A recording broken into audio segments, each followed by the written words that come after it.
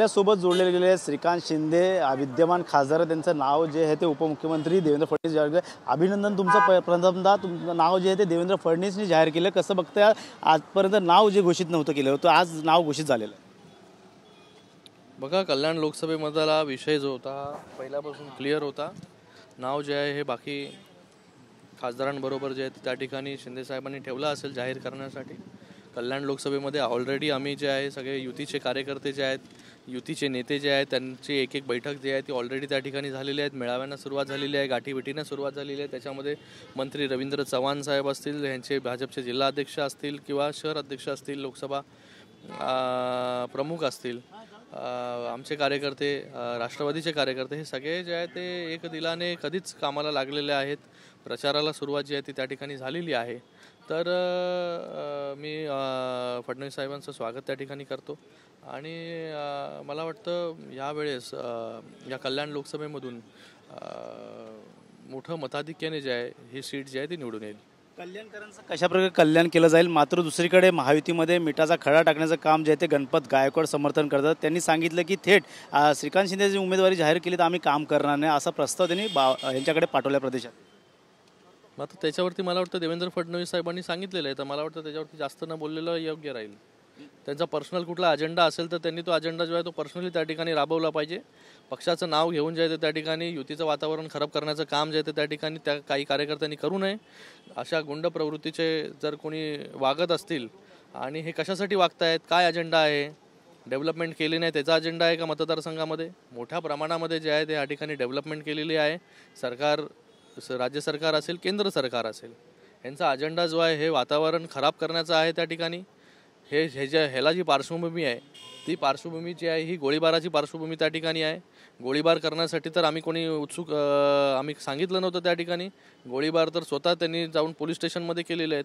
जर ह्यांना काय वाटत असेल की अशा या युतीच्या वातावरण खराब करून या निवडणुकीमध्ये अशा सगळ्या गोष्टी करून त्यांना जर रिलीफ मिळत असेल किंवा त्या गोष्टीचं जर हे लोक समर्थन करत असतील आणि त्याच्यातून काहीतरी ह्यांना साध्य करायचं असेल तर त्यांनी ते विसरून जावं. कारण की ती जी चूक केलेली आहे त्याचं समर्थन जे आहे हे भाजपचे नेतेपद देखील त्या ठिकाणी करत नाही. आणि अशा परिस्थितीमध्ये जे आहे हे युती म्हणून जे आहे हे या ठिकाणी सगळ्यांनी काम केलं पाहिजे. स्वतःचा पर्सनल अजेंडा जे आहे ते समर्थकांनी त्या ठिकाणी राबवला नाही पाहिजे. युतीचा उमेदवार कसा निवडून येईल सगळीकडे पूर्ण महाराष्ट्रामध्ये, फक्त कल्याण लोकसभेचं मी सांगत नाही, या ठिकाणी चांगले नेते जे आहेत, माननीय मुख्यमंत्री एकनाथजी शिंदे साहेब असतील, देवेंद्र फडणवीस साहेब असतील, अजितदादा असतील, हे सगळे दिवस रात्र त्या ठिकाणी काम करत आहेत. प्रत्येक जागा जी आहे ती त्या ठिकाणी निवडून आली पाहिजे ह्याच्यासाठी तळमळीने प्रयत्न करत आहेत. तर मला वाटतं कोणी कोणाचा पर्सनल अजेंडा जो आहे तो त्या ठिकाणी राबवण्यासाठी जो आहे तो त्या ठिकाणी प्रयत्न करू नये. कल्याणकरांसाठी कल्याण कशा प्रकारे होणार? अनेक विकासाची कामं जी आहेत ते कल्याणमध्ये राहिलेली आहेत. अजून ह्यासाठी काय बळकटीसाठी तुम्ही प्रयत्न करा? कल्याणमध्ये अगोदर हजारो कोटींची कामं झालेली आहेत. त्या कल्याण लोकसभेमध्ये जर फिरून आपण पाहिलं तर मोठ्या प्रमाणामध्ये रस्ते, आज आपण अंबरनाथमध्ये 100% रस्ते जे आहेत सिमेंट कॉन्क्रीटचे झालेले आहेत. अंबरनाथमध्ये मेडिकल कॉलेज या ठिकाणी मंजूर झालेलं आहे. अंबरनाथमध्ये एक सुपर स्पेशालिटी हॉस्पिटल झालेलं आहे तयार. अंबरनाथमध्ये स्पोर्ट्स कॉम्प्लेक्सचं काम चालू आहे. नाट्यगृहाचं काम त्या ठिकाणी अंतिम स्टेजमध्ये आहे. अंबरनाथमध्ये जे आहे आपल्या शिवमंदिराचा कायापालट जो आहे तो त्या ठिकाणी चालू आहे. परिसराचा जर त्या ठिकाणी जाऊन पाहिलं मोठ्या प्रमाणामध्ये कामं त्या ठिकाणी चालू आहेत. MPSC UPSC या ठिकाणी भवन आम्ही बांधलेलं आहे, त्याचे शिक्षण लोक त्या ठिकाणी घेत आहेत. लायब्ररी मोठ्या प्रमाणामध्ये 1 लाख पुस्तकांची उभारलेली आहे. तर अशी अनेक कामं जी आहेत ती या ठिकाणी सांगता येतील तुम्हाला. लोकसभेचं तर मोठ्या प्रमाणामध्ये इन्फ्रास्ट्रक्चरची कामं या ठिकाणी झालेली आहेत आणि भविष्यामध्ये अजून चांगली कामं जी आहेत ह्या मतदारसंघामध्ये होत राहतील. माननीय मुख्यमंत्री एकनाथजी शिंदे साहेब असतील, उपमुख्यमंत्री देवेंद्र फडणवीस साहेब असतील, अजितदादा असतील यांच्या नेतृत्वाखाली. सर, एकीकडे बघायला गेलं तर आता संजय राऊत म्हणतात की हा धनुष्यबाण गायब करण्याचं काम जे ते मोदी आणि शहाने केलेलं आहे आणि दुसरीकडे हा धनुष्यबाण देखील तुम्ही चोरलेला आहे, असं देखील आता संजय राऊत म्हणतात. मी त्यांच्याकडे जास्त सिरियसली बघत नाही आणि त्यांच्याकडे जास्त लक्ष देत नाही. तुम्ही पण जास्त लक्ष देऊ नका, टाइमपास करू नका. चला.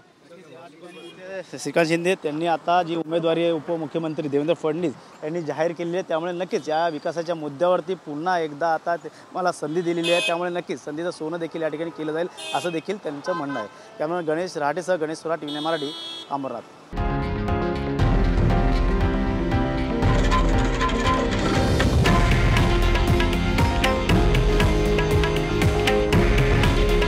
हे आहे देशातील नंबर 1 न्यूज नेटवर्क आणि आपण पाहत आहात TV9 मराठी. काळजी तुमची, हित महाराष्ट्राचं.